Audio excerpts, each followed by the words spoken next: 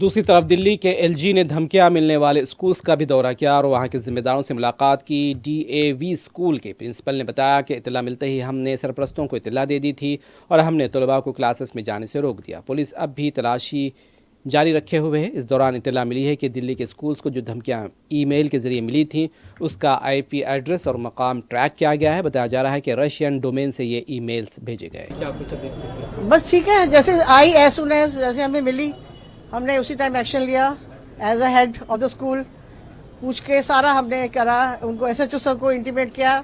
जैसे उनको इंटीमेट किया फटाफट पुलिस आई, अपनी वो टीम लेके आए, पूरे स्कूल में स्प्रेड हो गए। मेरी टीम ऑलरेडी है वहाँ पे, टीचर्स हैं, हाउस स्टाफ है, एडमिन है, सब लोगों ने जैसा उन्होंने करा था पूरा करके हमने फटाफट 1 घंटे में इवैक्यूएट किया छोटे बच्चों को 5th तक के।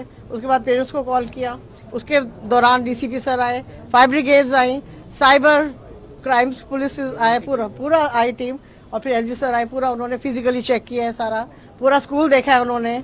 इवन कि रूफ तक मैं देख के आई हूँ कि कोई टैंकी वगैरह में तो कुछ नहीं है। Toilets whatever areas are there in the school, कहीं पे कुछ नहीं मिला। इवन डॉग्स भी आए थे, सब कुछ आया था। तो पूरा मे भी हो सकता है, I can't say like that, but for precaution sake we have done every step, we have taken every step.